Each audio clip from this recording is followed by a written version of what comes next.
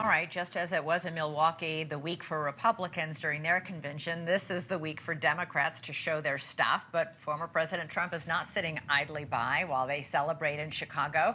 He's embarking on one of the busiest weeks of his campaign. He's traveling all over the country, visiting battleground states and focusing on the issues that Republicans accuse Democrats of being weak on, like crime, immigration, and national security. Today, both Trump and J.D. Vance are campaigning in Pennsylvania, a crucial battleground state. Trump spoke in the Keystone State, where he took another stab at articulating his platform for the economy after last week's pretty meandering speech and press conference trying to focus on that issue. Today, he used the speech to slam his opponent on both the economy and some of her new ideas on how to handle it. Very simply, Kamala Harris is an economy wrecker and a country destroyer. Our country will be destroyed if she gets in. Kamala Harris can't answer how she'd pay for any of her new radicalized liberal spending schemes that will bankrupt our country. He once again used his favorite word for her, at least lately, which is Comrade Kamala, accusing her of being a, quote, Marxist. His rhetoric might not be surprising that it's heating up because the latest polling shows the race is heating up.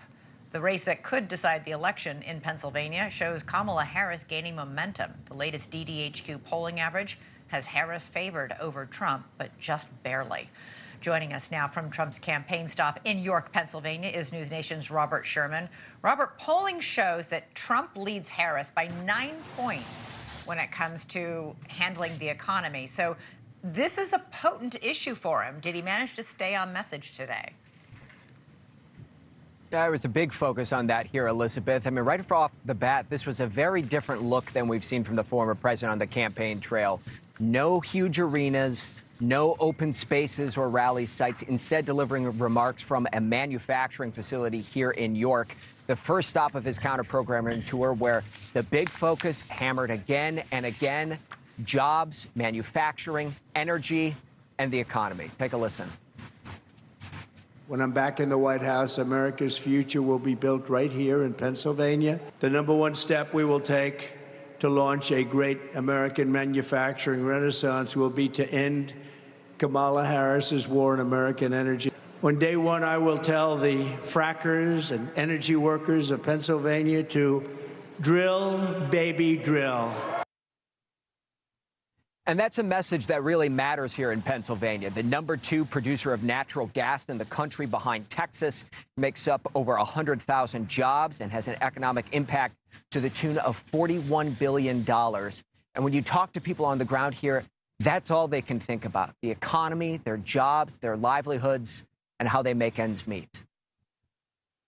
Prices of food gone up, medical's gone up, housing's gone up. It's terrible. You know.